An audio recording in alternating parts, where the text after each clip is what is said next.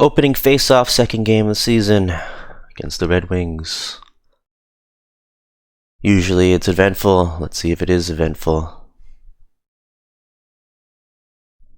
So they're coming in a little loosey-goosey on the defensive coverage at the moment.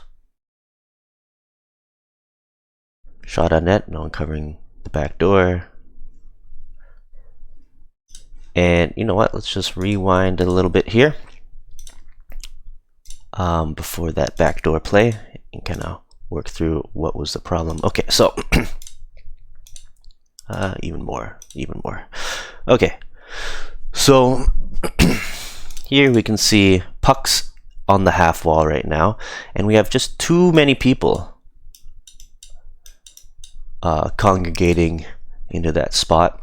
And you know what? Let's even rewind it back even more. So from here. Immediately carry in as your lefty. It's on the opposite diagonal from where you are, as in let's cut this into 4 quadrants, 1, 2, 3, and 4, and you're basically going to be covering that as your main priority. So puck's on the opposite side, the opposite corner.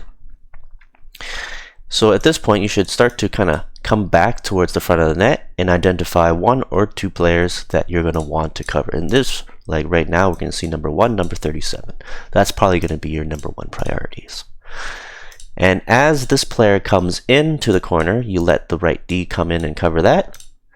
And as the winger, you can put some pressure, Dave, but at some point you're still going to want to peel off and go back to covering this defenseman up here, number, I think that's 44. So there's that situation right there. And we can kind of see 2 players being forgetted about. And really a perfect scenario is Ray is covering 29, puts a lot of pressure on them, ideally enough to even just poke it through and go out the other way. Perhaps a little lazy on this part, but defensive coverage wise, number 1 likely going to be, should be covered by the center, 37 should be covered by the lefty. And so puck comes up, right, kind of gets a shot off, and everyone was just coming towards here like some sort of white blood cell covering a bacteria, and that's really what we want to avoid. And ultimately we can see number 1, number 37 are left unchecked, and a bounce like this, boom, nobody's there, and it could like result in a big chance. And so there's that. Let's continue watching. Let's see what else happens here. Still a lot of chasing around. Again, boom, backdoor, right? And what's the problem is that everyone is coming to the corner, right? And there's no reason to do that. It's on the right hand side of the ice. Let the right D take care of it. And okay, so Dave is on this player, so you can say this player is not covered, and that should now be the center's job. So center and right D, boom, right D, center coming in. And what we can do is, if you do that, so rather than Dave actually going towards this player, you see Thomas is going towards their center, you actually gonna carry on, actually should be just peeling off, not even worried about this player. You could be covering the backdoor player, and Dave should kind of reset and cover up that short side post, so we get double up on the front, and we'll see who they need to cover. Or like if you need to be super conservative, or Dave, you just stick with this player that you're on. Don't need to chase the puck. Stick with the player. If they're driving the net, you go with them. If not, then you kind of stay there. And here comes the problem. Boom. Too many players. And you can see here, Dave left this player. And so to get a free lane straight to the middle. And Carrie-Anne has left this player wide open. Bing, one-timer, big chance right there. And let's see if they have a good breakout. So One would say, Ray, you should already be skating up. Bing, bing, bing, bing. Backward skating. Getting an open outlet. And the center, definitely. So Thomas over here should have been swooping in like this. Nice and close, right? So all these times could have been receiving a pass. And then Ray could start sneaking up, or even just go this way himself. Couple things. Probably don't want to be standing still like that. And we'll end it here. We'll end this clip here. Okay, so Carrie Ann coming in, giving her lots of space. And so, good pass across and in a shot. Now, one of the things I think will make your life easier and Carrie Ann's life easier. So, Thomas and Dave, what I like to do is rather than going along the ice and going on the opposite side of the net, so let's draw this ice in half, is at least one of you guys, it doesn't matter who, you can kind of watch each other, is actually cruising yourself onto the side of the ice where Carrie Ann is, and that usually will give you pretty good angles. And not only that, it's going to kind of form, like, let's say someone does opt to go on the back door, so like let's say like right here, and then if you're coming on over here, you still form a pretty good triangle, and this player here can shift to behind the net to get passes. And so if we pause it right here, someone's here, it's kind of two good passing options that Carrie Ann could opt for, versus here it's a little bit tougher to go through two defenders. Somehow it does, like it goes through that, and then you're able to get a shot through. But let's say 7 out of 10 times it's going to be a tough one, and it likely won't go through. So something to think about. So B has the puck here, tries to send it down low, couldn't get it, gets it again. Now, not the wrong idea, putting it down, but gets stopped. Easy read for the other player. Now, if you're ever in a situation like that, you can try to look for just throwing it down, like any open lane, just throw it down deep instead of the boards, if they're right up in your face, but not a big deal.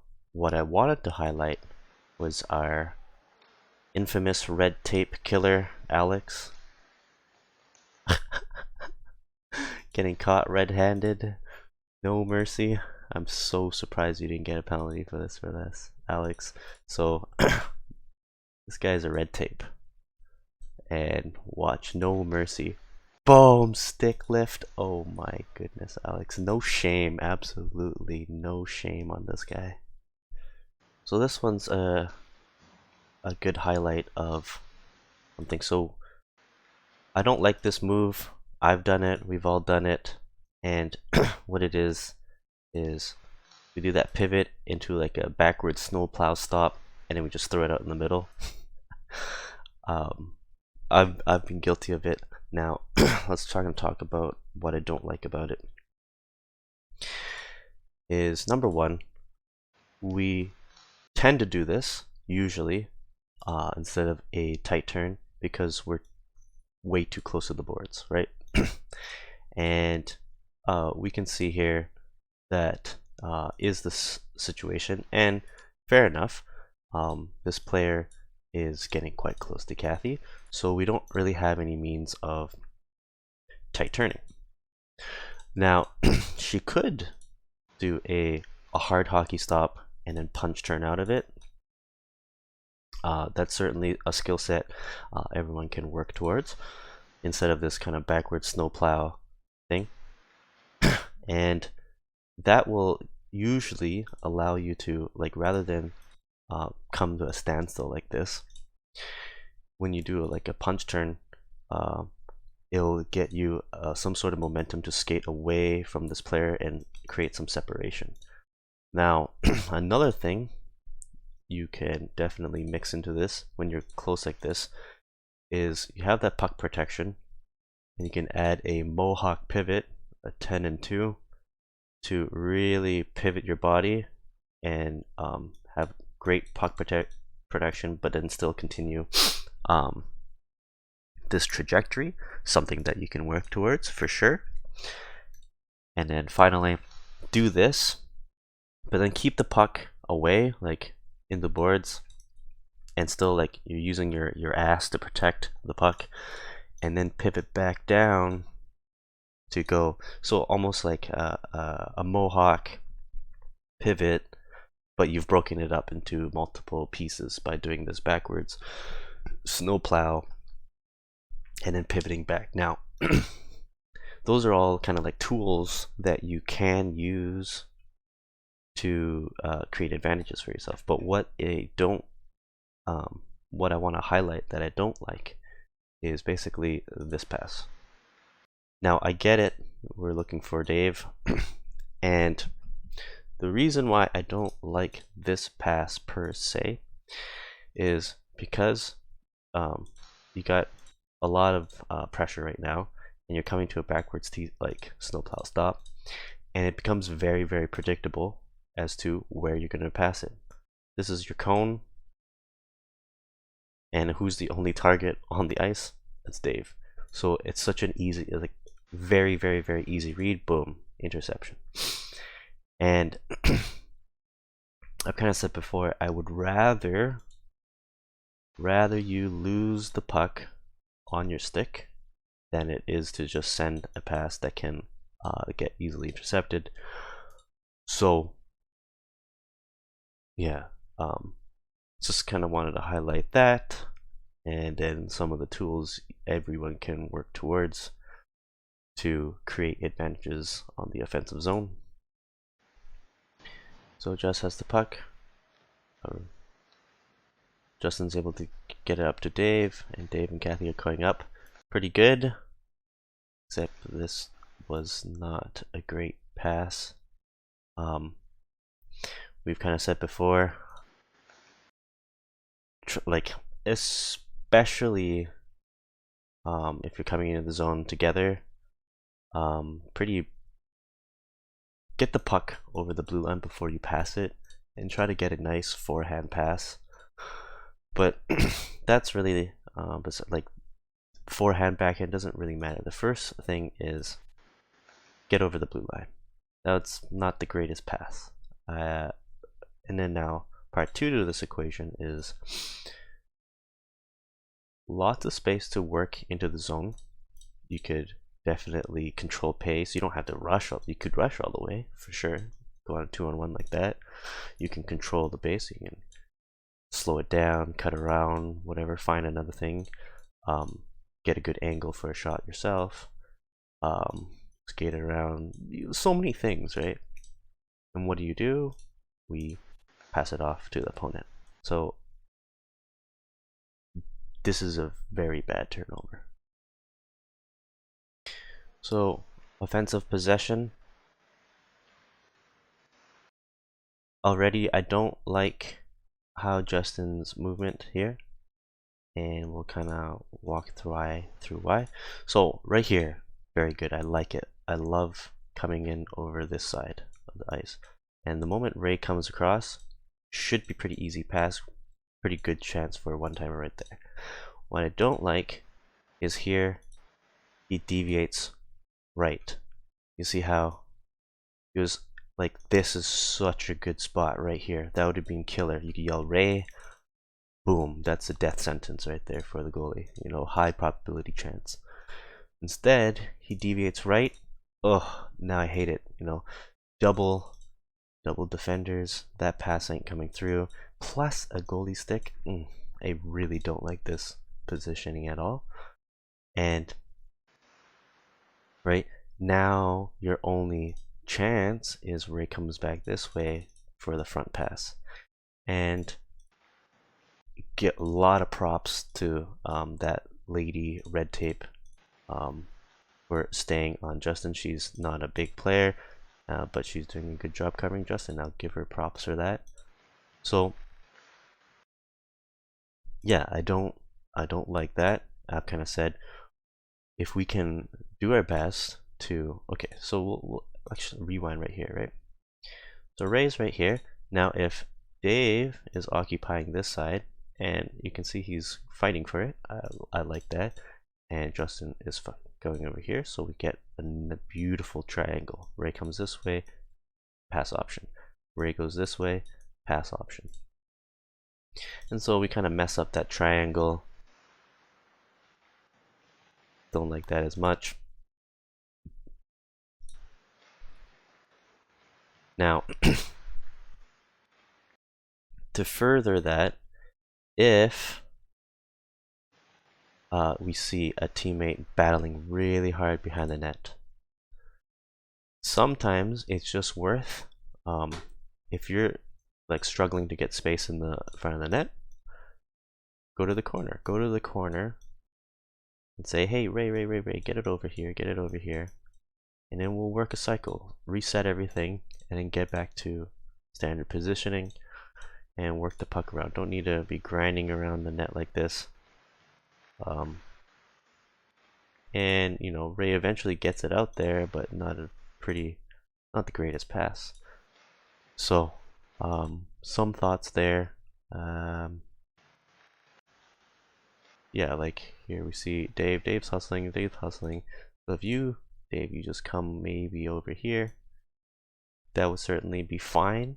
But okay, let's say again, all these Red Wing players are in front of the net. Maybe it's not going to be the best time to get the puck. Just go over here and say, Ray, get over here, or over here on the half wall. Really good place to get some passing and cycling through. We don't always have to shove everything to the net right away.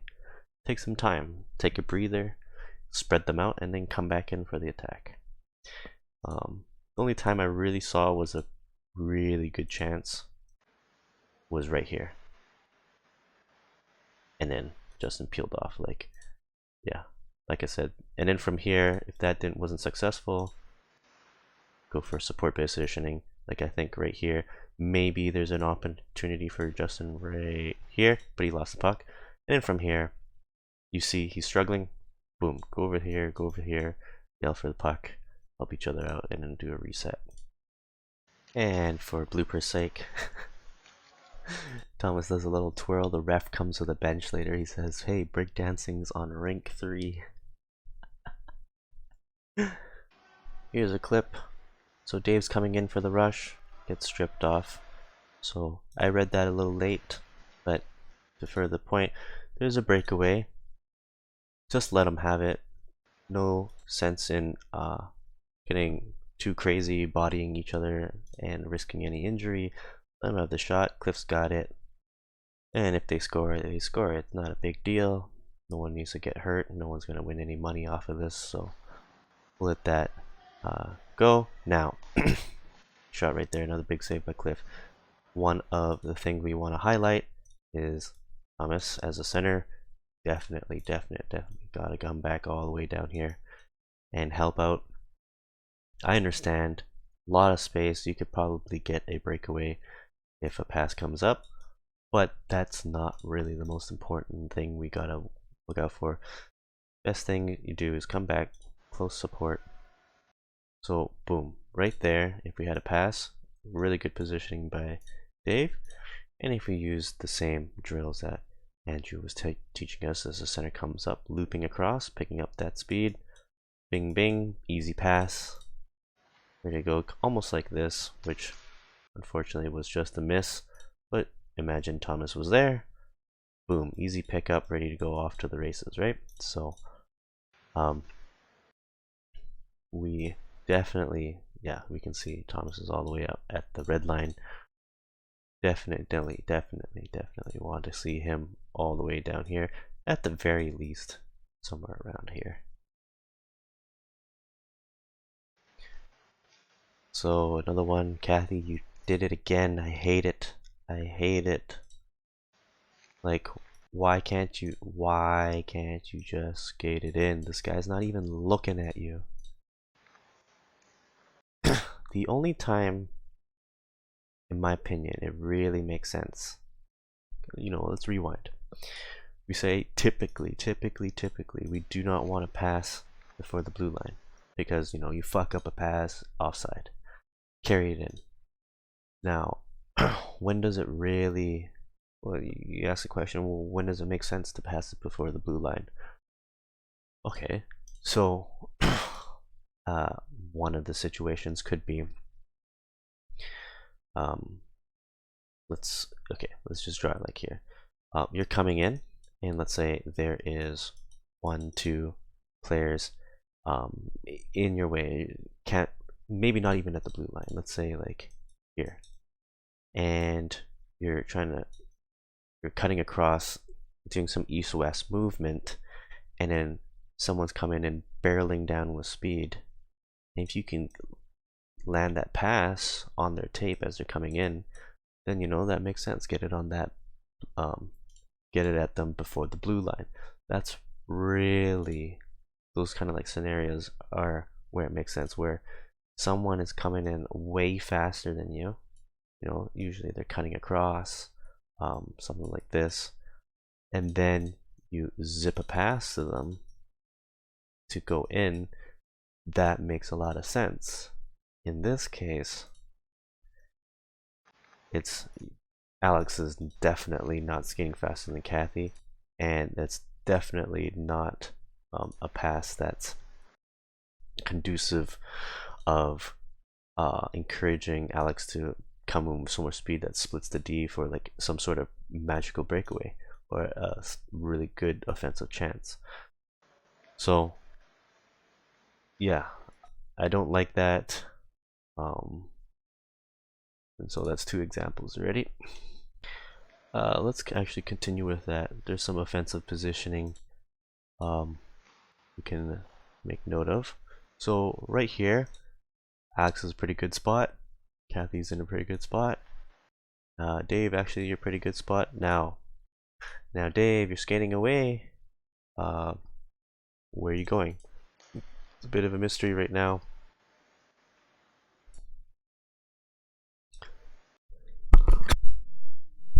And I actually don't mind if you actually just stayed right here.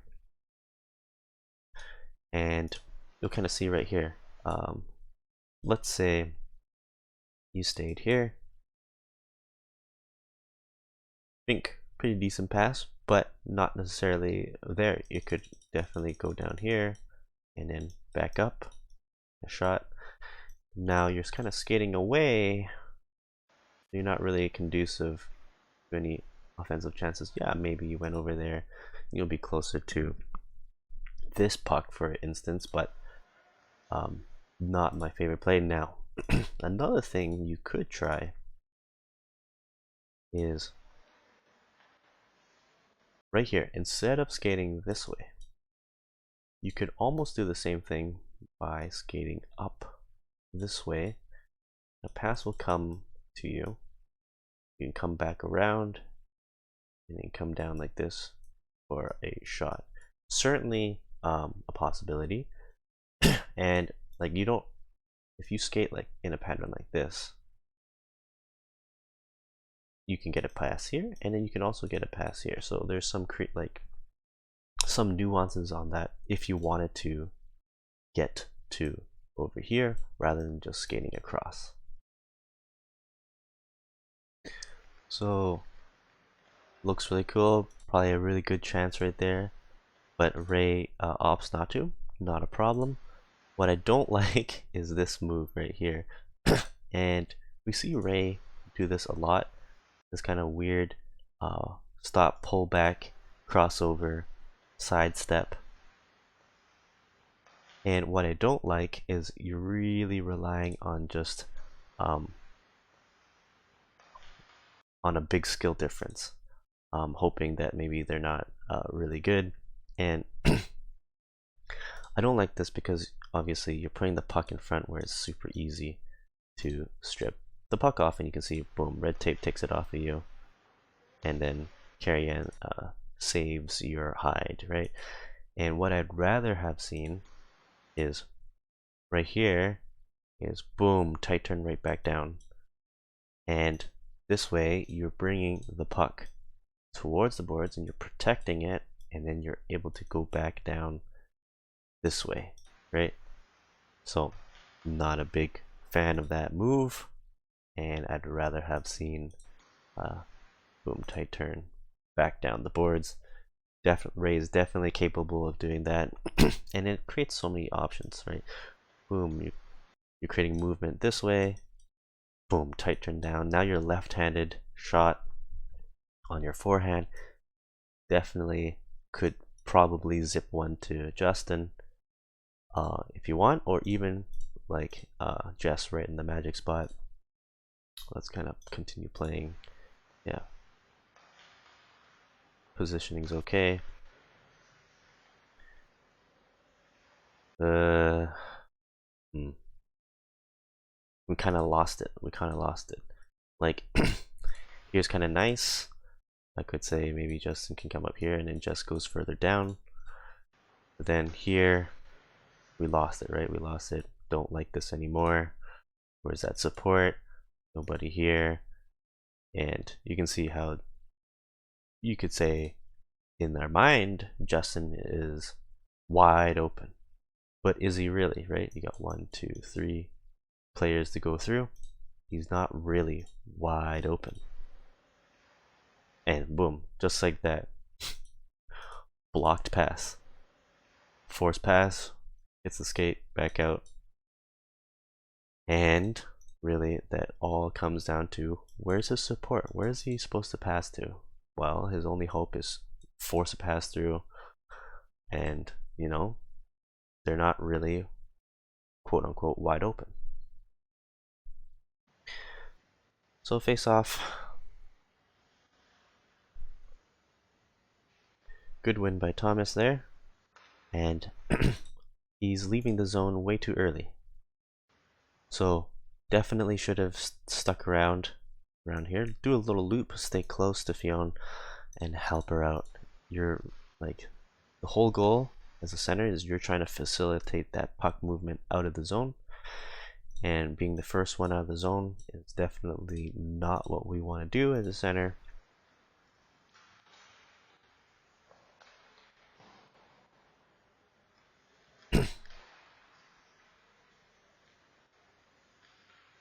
And yeah, okay, letting the red tape shoot, and we're out now. So right here, good face-off win. Now for Fionn, one of the things you can consider is, if you don't see a really good passing option this way, we always say bring it back to the safety zone, get it behind the net, and then you can buy yourself a little bit of time to work with.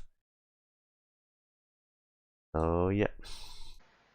So I wanted to kind of show this clip because of something that I think is quite important. And a few clips ago, we saw that Kathy was really tight up against the board, and she was doing that backwards snowplow stop. And one of the things was there's this theme where we tend to skate the puck up in a straight line, and that's usually something I advise that you do not want to do.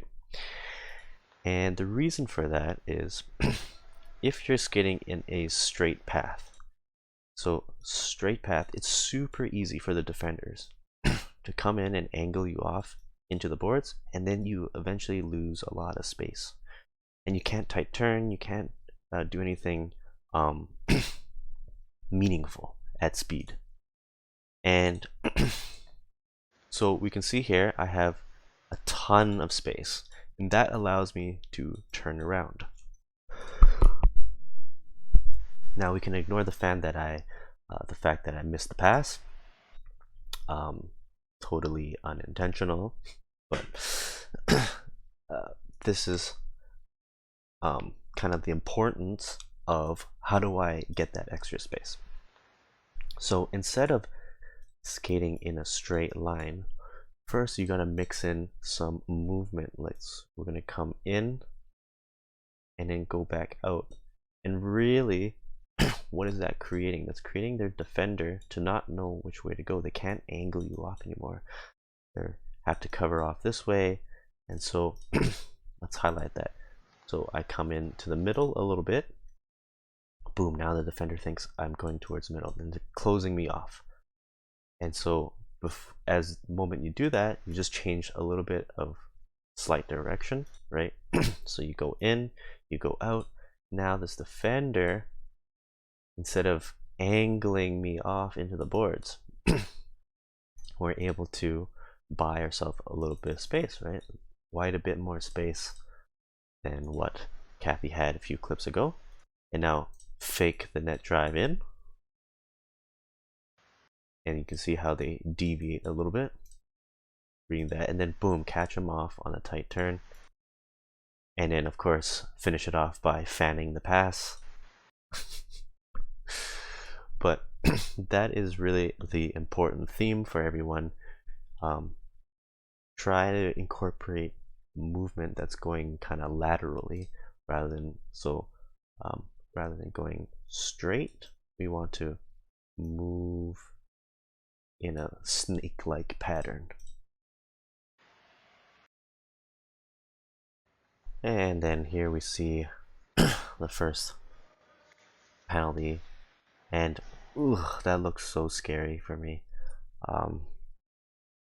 We've had injuries in the past, and yeah, just seeing that is super scary. Now, what happened? What was the cause of all this? So, puck's going towards the boards, and number 5, not the smartest decision, decides to wrap her stick around Thomas in a hooking fashion. Now when you do that, super dangerous, and I'm pretty sure he's trying to basically yank on the stick to hook Thomas back to slow him down. And crazy dangerous. We're going straight towards the boards and hooking somebody in that manner, even tripping, right? Any stick infraction can cause 1 or 2 players to go off balance. And in this case, number 5 has knocked herself off balance on her own and goes headfirst in the boards. That's crazy dangerous. And it's not nothing that Thomas did. She's the one that hooked him and then caused herself to go off balance. And so Thomas thinks he has a penalty, but the refs call her for hooking, and you think it's this ref that called it. No, it's as obvious as day. This ref is the one that actually calls the penalty. Boom, here's the motion for that, hooking. And so let's watch the power play in its entirety. What can we do better? Oh, good chance. One timer off the face-off. I like it. Passes up to Carrie Ann. Ooh, okay. So first thing is take this time to look. We're on a power play.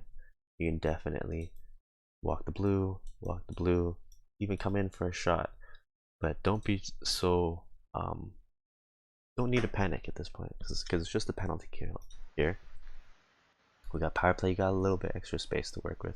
It's not the wrong move, but certainly you have more time to work with, so take advantage of it.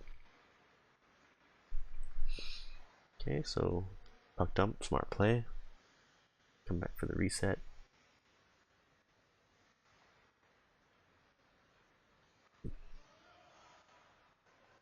Alright, skate together. Okay, fair enough. Fair play by their player to let just skate. Okay. Okay.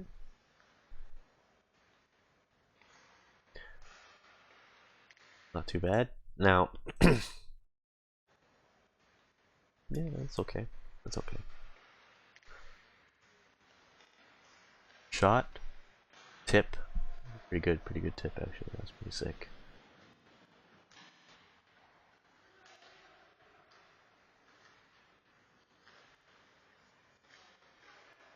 Good defensive play. Okay, odd man rush. 3 on 2. Ugh. Passing before the blue line, not a big fan again, but good pass, good chance.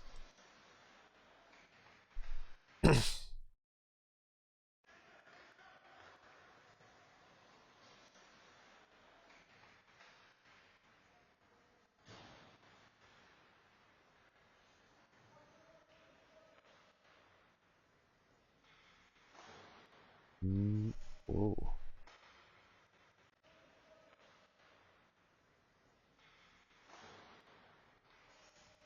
Okay, fair enough. Okay, right here, somebody's gotta go in the magic spot.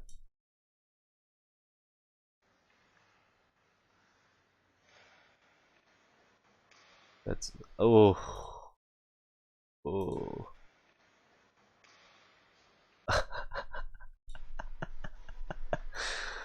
Yeah, I think we're expecting a shot. Couldn't quite handle it, and then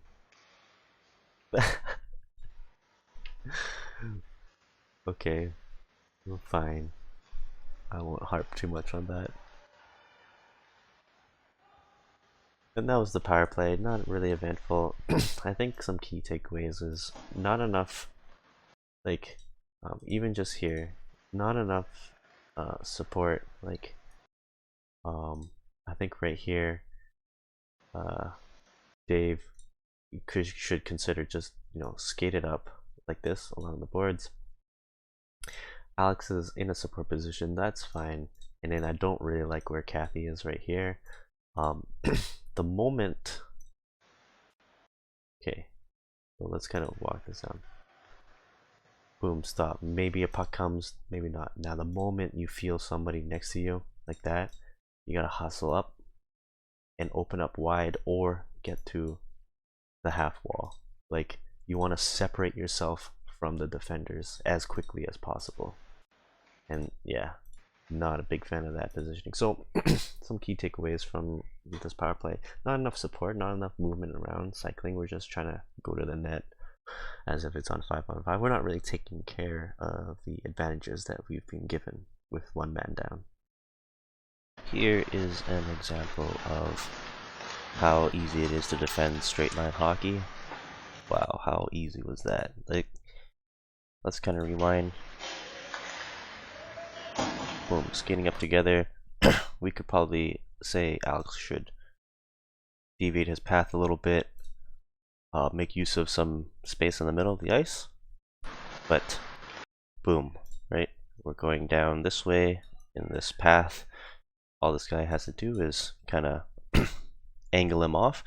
Now, if we see something like this, okay, so we'll cut this into like a 3-lane highway, and we see Alex is starting to occupy this lane. There's not really any reason for Kathy to stick on this lane. Like, yeah, think of it driving on like the 401 Express. The left lane's completely clogged up. Why don't you just change lanes and go to the middle, right? So, boom, he's cruising in like this, and we decide to bunch up into the traffic jam, and all this player has to do is continue his path. Oh my god. Close them off. So simple. So we gotta mix some stuff up, and also don't get stuck in the mindset of you're a left wing, you gotta stay in the left lane.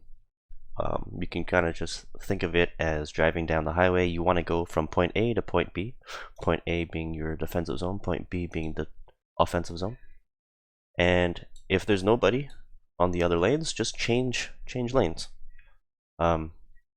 Go to the path of least resistance, and you'll be able to get to the other side. And just to add on to that, so they got closed off, couldn't get into the zone, and we see Fionn has kind of tried to join up on the rush. Ernest is going back. So, a little pass back, a little reset.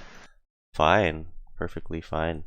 However, we got some pressure going on, and Ernest's D partner is just decided to leave him out to die. It's like, good luck. And so, to recap, what do you want to do as a D partner when the other D has the puck? Generally speaking, we want to be at least parallel or behind the line. So starting from here, Fion should have already started her retreat to help out Ernest, but that didn't come. And so he just throws it up, and that's fine, given the pressure. So second period, get it back to the D, and they do a D to D pass, which is good. And you can see how these forecheckers are already peeling off to go towards Ernest. At this point, Fion should just start backing up, going a little wider. And in my opinion, another D to D pass would have been really good. Just force them to skate back and forth, tire them out, and we can also make use of how Fion has a red tape, and so they'll need to draw in at least a red tape to pressure, as opposed to throwing it up the boards like this. That's pretty much an icing right there. Now for Dave, so kind of just watch how you skate. That's fine. Now one of the tricks that I will advise you on is, rather than backward skating like this, go forward skate towards the boards. And let's get a better camera there. So I would forward skate, and then forward skate, forward skate, forward skate. You can slow down, you don't have to go super fast. And then you can face the puck, get it on your tape, and then turn up. And usually it'll be a lot easier to receive the puck than this, where you're turning away from it. Really tough to receive it on the boards. Another thing for Dave and any other beginners in general. So pucks rolling along the boards, right? And it's going to end up somewhere here. What you want to do, absolutely avoid going straight into the boards. And you can kind of see going somewhat straight towards the board. You kind of took an angle at the very last second, so that's good.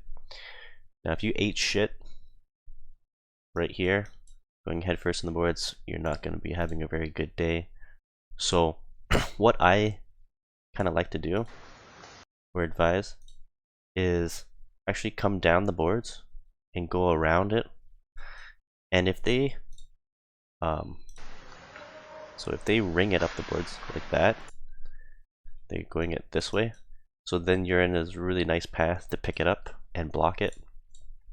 And let's say you do fall, then you'll just be falling along the boards, you won't get hurt, it'll be nice. You'd be like on a water slide, so nice and safe. So yeah, be very careful going straight into the boards for everyone. I thought this was pretty funny. So pass up to Frankie, and we thought, okay, it'll be perfect. Fion's there, and then it was a collective, oh man, on the bench. So that was pretty funny. I'll just show this nice highlight where he gets a breakaway, and their player is nice enough to not chase and make a dangerous situation. Big chance there. Now, here we go. Here we see again. Oh my goodness, right? Dave ate shit, went into the boards, and that's just a really good example. He's kind of going straight into the boards, eats shit, and falls in. Now, imagine head first. Oh my god, would be not a happy day. So all you need to do, Dave, is come in. So don't go straight towards where that puck is going to be. Just take it upon yourself to make your life a little bit safer. Come in, and then come in at an angle So you're turning rather than doing a stop, and that's going to be a less like turning tends to be an easier task than stopping, where you don't hit the ruts as often, right? So then this will be less likely to happen. And the other benefit is if you come in and pick it up, you'll still have a little bit of speed to kind of skate out with it, rather than coming to a dead stop. So after that, did want to highlight Justin's positioning. Not a huge fan of staying there. So you're kind of going back to your old habits of sitting in front of the net. And I mean, as rough as number 5 is, I'll give her props for getting on you and stick lifting you. And in my opinion, the moment you get one stick lift, a lot of us are quite stubborn, in the sense that we really want to fight them for it, fight that body positioning in front of the net. And sure, we can definitely outmuscle a lot of players, especially in a co-ed league. But in my opinion, the moment this happens, the moment you get touched like this, it should be your cue to get the fuck out of there. You got to open up. Either you go down behind the net or go to the magic spot. Look at that. Complete freedom. So you want to like the moment you have someone breathing down the neck is your cue to get open. You're covered right now. Move, move, move, right? And that's where a lot of tricks are. If you're just a statue, super easy to cover, right? They can harass you, just stick lift the shit out of you up and down all day because you aren't moving. And yes, you can say you can outmuscle them. Certainly, Justin's a big guy. But why not add some deception into the game, right? Boom. Skate up. Magic spot. Maybe a pass comes, maybe it doesn't. Then you get a shot opportunity.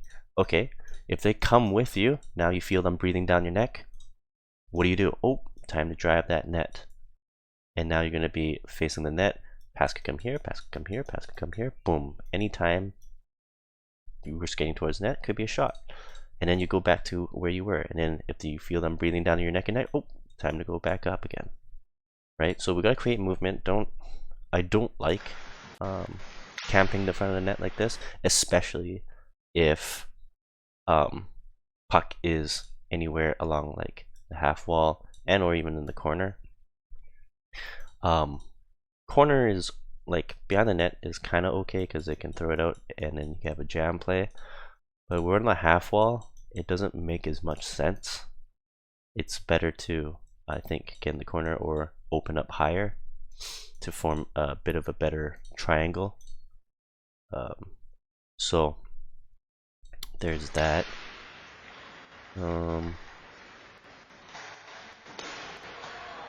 Good shot opportunity there. Dave's in a good spot, goes on that right side of the net. So here's another thing. So Ray throws a tough pass across, fair enough, Dave is able to get a chance on. And it's a tougher pass, definitely. It would have been easier if Ray just came to this side and passed here. But then this also highlights another thing, right? Where Justin cruises across. Still a tough spot versus if he opened up here, then you get a little nice triangle. Again, two options are to defend versus forming our famous line formation. So yeah, enough of this, but that's some thoughts there. This goalie is a brave man. Crazy. So here is their second penalty. Another red tape comes in, takes it off of Jess. Skates in front of her, so it causes her to fall down. They call it a roughing penalty. Maybe it's a little soft of a call, but we'll take it. So let's skip ahead. Take a look at our power play. We got our Alex and Kathy back on the ice again for this power play with Ernest and Fillon. Let's see what happens.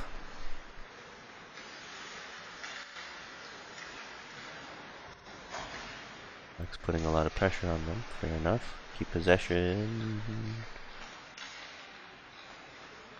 Ugh.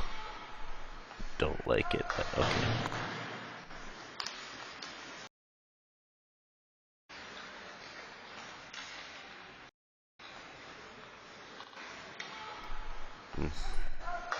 Yeah,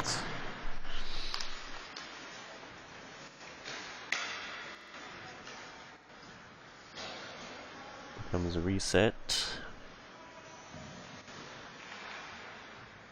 Gets it up to Kathy. Good support. Yeah, so another thing, Dave, and any other newer tapes, Lena, Janice, try to come down to at least this red line. It does require you more skating from you, so you just come down, and then you can face this way and then skate up again together. Trust me, it's going to make your life a lot easier to receive passes. Okay, coming down, pass up to Justin. Good. Tough pass.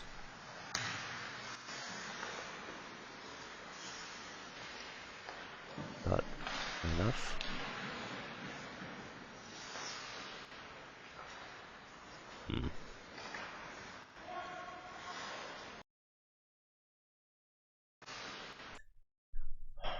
Yeah, this one's disappointing right here. So, where's our support? Where is our support? Where is our support? So, not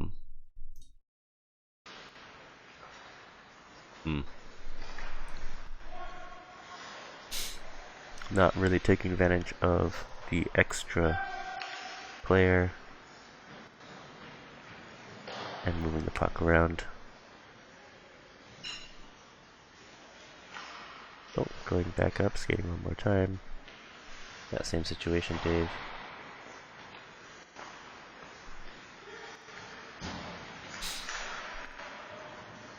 One last rush, perhaps? Nope.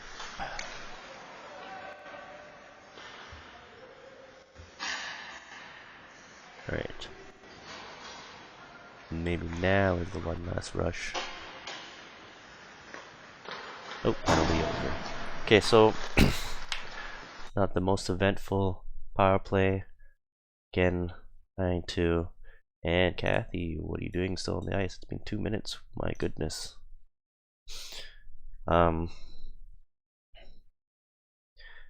Yeah, I think for the power play, we're gonna try to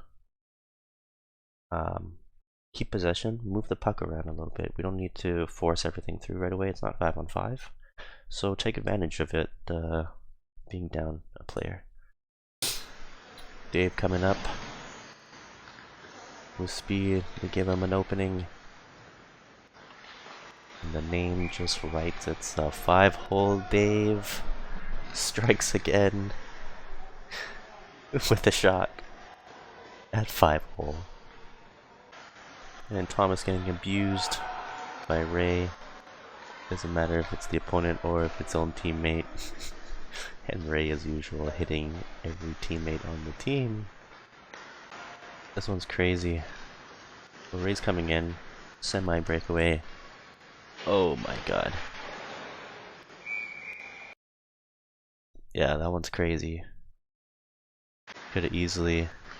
Ray could have been out for the season. Their goalie could have been out for the season. Number 5 could be out for the season. Yeah, that's crazy. So third penalty coming up for the Red Wings. Tripping penalty on Carrie Ann. Yeah, fair enough. Skip ahead to the power play. Who do we got? We got Jess, Justin, Kathy, Fiona, and Ernest on the ice for this power play.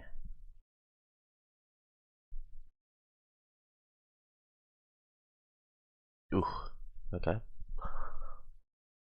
Reset. Ernest falls down. Oh boy.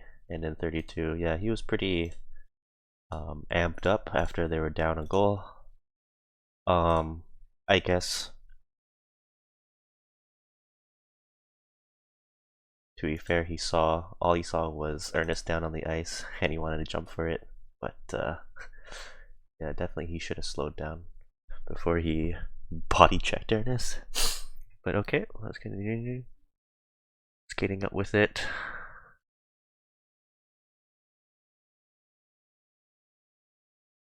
Okay.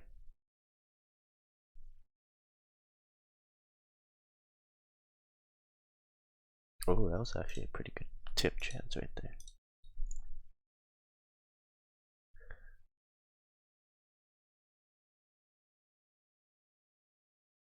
So I like the transitioning from going right to back to left.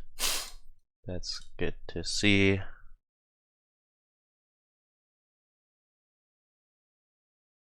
Okay.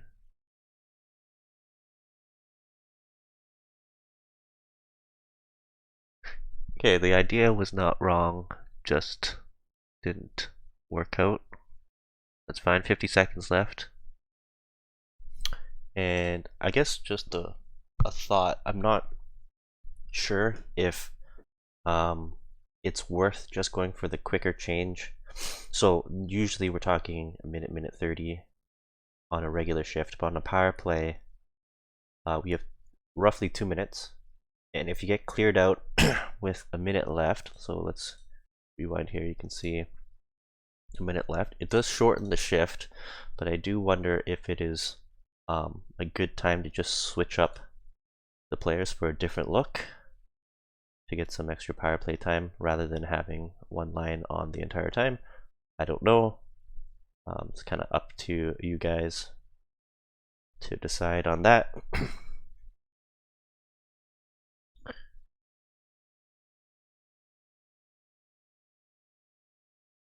So we're doing a better job passing it around, like at least the ideas are there for this power play, better than the last two. It's just that we weren't able to get the passes, or at least control it cleanly. That's fine. That just comes with more playing time. And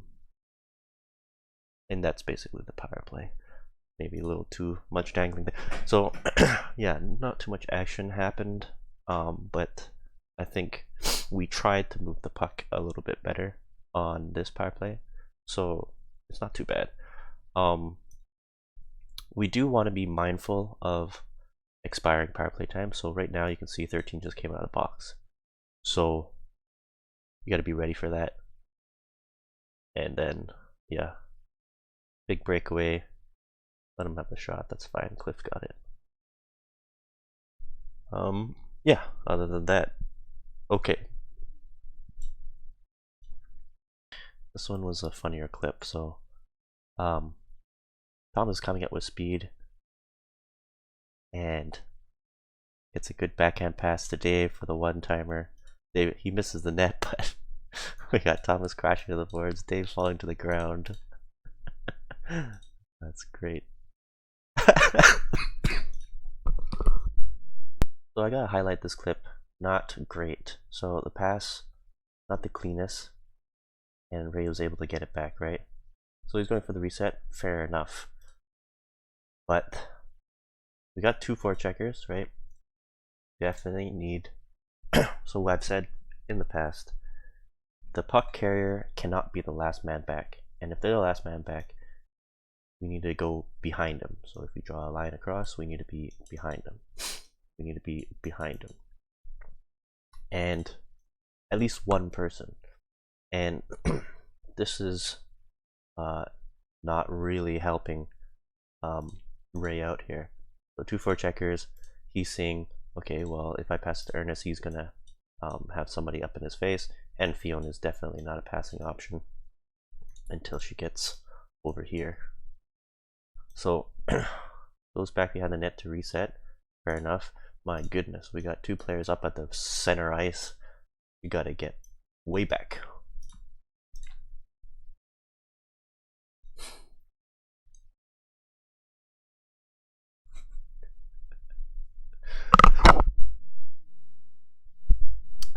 Yeah, this is called the let Ray do all the work breakout. He's literally surrounded by all the Red Wings. Where is his support? No center in sight. No wingers in sight. Gotta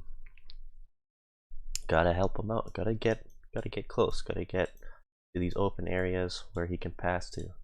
And then D has to get behind him so he can always reset it back if we need to.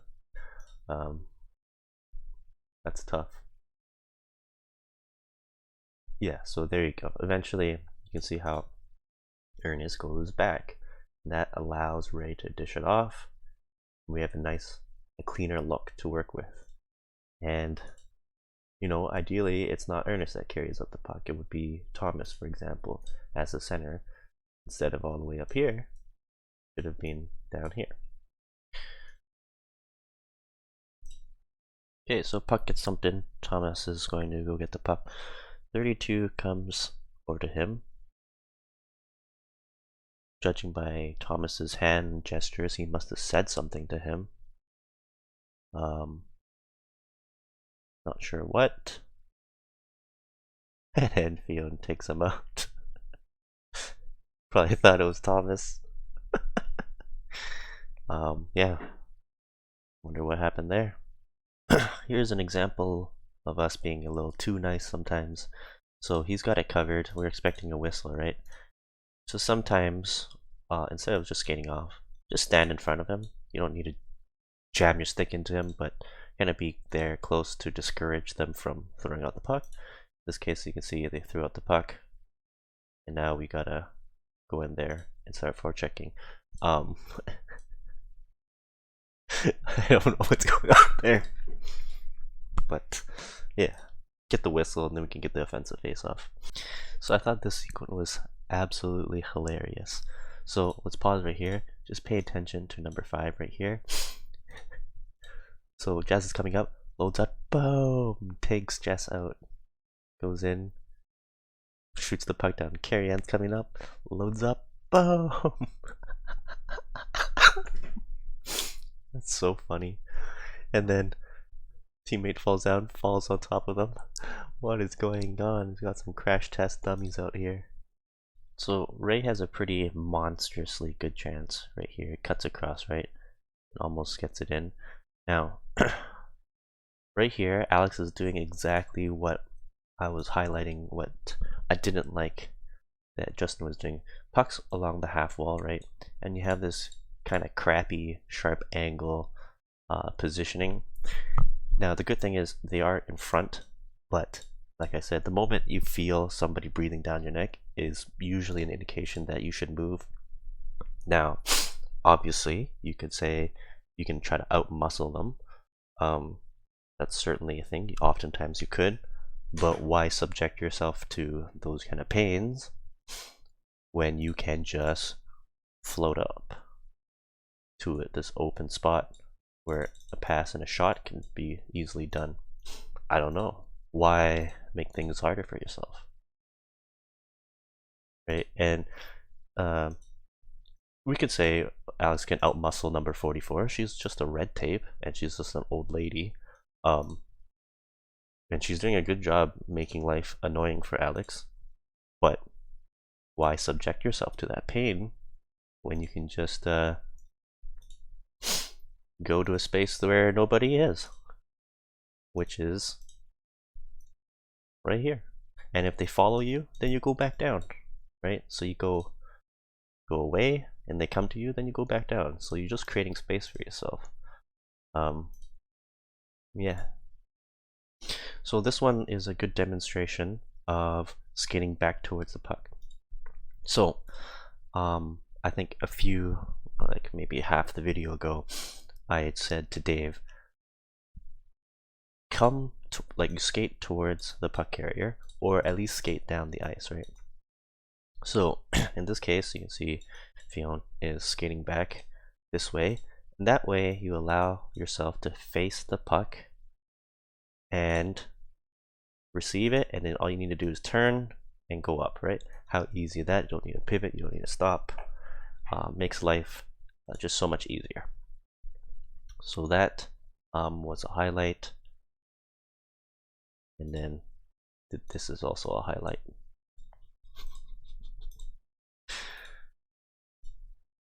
Okay, so actually this shift, Fion decides to stay up fine, and there was actually a really big chance given by Alex. So yeah, I think not a huge fan of this positioning at the moment. Namely, why? Because you're behind two defenders. That's better, but yeah, you can see how easy interception. Like that's kind of why I don't like being behind. So if there's a way that you can find yourself in front, so most of the space is going to be right here. And if you can't, go to a spot where we can just start a cycle. Is my preferred positioning, but okay. Alex is hustling hard, gets tripped, no call. Good on Dave to forecheck the puck. Oh, big pass. Now,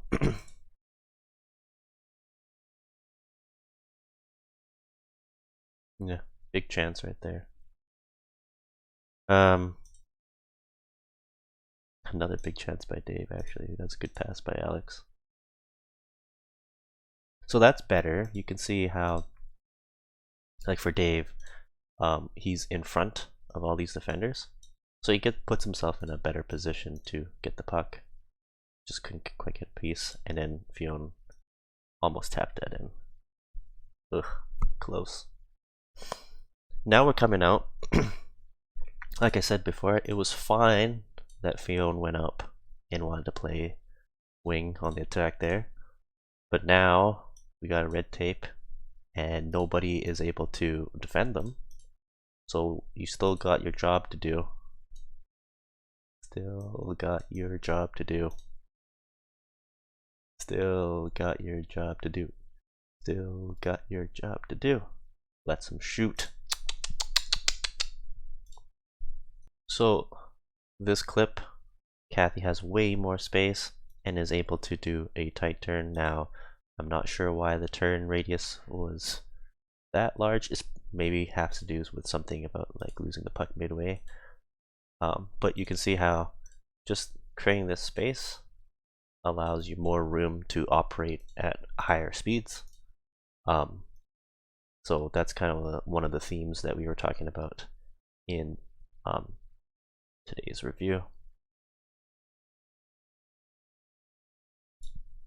Okay, so defensively, we're falling apart a little bit here. So this is all fine, and here is where it starts getting a little messy, right? 2-on-1 coverage in the middle in front of the net.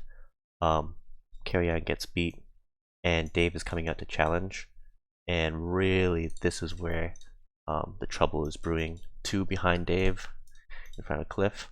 Oh boy. Right, so good enough, good coverage, like recovery, but starting to get a little loose here. Okay, so puck gets shot, right? Good coverage there. But now Dave's battling with this player behind the net. That's fine. And immediately, Fion, you need to decide, get over in the corner or get over this corner to help out Dave so he can pass it to you for an outlet. You tend to not want to sit in front of the net like this. Let that be the center. You need to get in the corners. Right? Standing, standing, standing. No pass, no pass, no pass, no pass, still no pass. Just throws it up the boards, right? So definitely got to help him out there.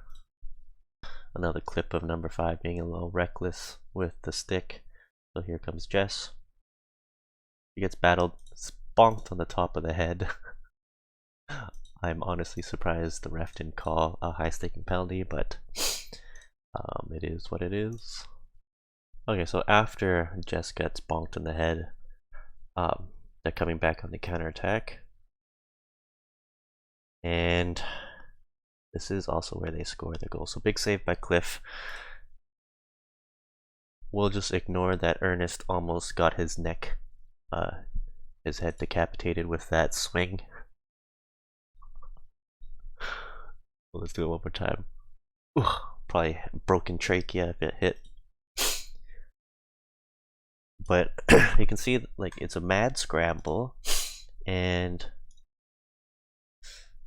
getting a little loose. All you gotta do, like, we just gotta concentrate on who do you need to cover. And realistically, it's not really the shooter. It's tie up all these people in front of the net, give Cliff a lane to look at, and boom. Just because we're so focused on, right? You're so focused on the shooter, you ignore all these people, right? Look at everyone. They're all looking at the shooter. Yon, Thomas, Ernest, Jess, right? And we forget that there are people behind them, right? And all you need to do is tie up their stick, and Cliff could probably clear it out on his own. Boom, right? So tie game 1-1. And really it's just being too focused on the shooter and not focused enough on all the remaining players surrounding you. So here's a good zone entry, but another example of Justin being in an unnecessary position. So he's cramping, like he's absolutely camping the crease. First of all, he's in the blue paint, and it's well within the Red Wings' rights to push him out. Now you could argue that Justin's a big guy, like I said, he can sit his ass in there and muscle his way around, certainly. But that's just inviting you to get sticks in your shit. And why wouldn't you just back off a little bit and like, okay, this is an okay spot to shoot the puck, but is this not a way better spot to shoot the puck? And it's open, it's all free real estate. Why subject yourself to this shit in front of the net when all you gotta do, backward skate a little bit, take all this free real estate. If they come up with you, then just skate back in, right? Easy peasy. Just you come back out, they come with you, you go back in, they come with you, go back out. Just make them dizzy, chase after you, right? You don't need to fight anything, right? Look at this. And eventually the rest are like, they had enough of this shit to just tell you to get outside of the zone. So why subject yourself to this when you don't need to? I also wanted to bring this one up. Last 5.8 seconds of the period. Usually, what does that mean? They're probably going to pull some players. They're going to go for a shot. I don't know. At this point, Kathy's positioning really not going to be serving any purpose, right? All these pucks are going to be funneling to the net. So being on the outside, it puts you in a disadvantaged spot for doing anything. So usually what we want to do is just bring yourself onto the other side. Just for this last couple seconds.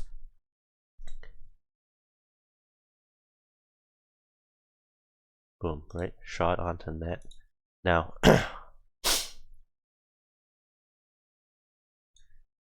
we could say, yeah, I mean, the other thing is she could have ignored this player and gone straight to 29, but in my opinion, just like where Dave is standing is where Kathy would be, and then Dave comes here, Jess is here, so Jess comes up to this player, Kathy goes straight here, Dave covers this winger, center on center, and then we could even stack up our D next to Dave as well to like basically create a fantastic wall.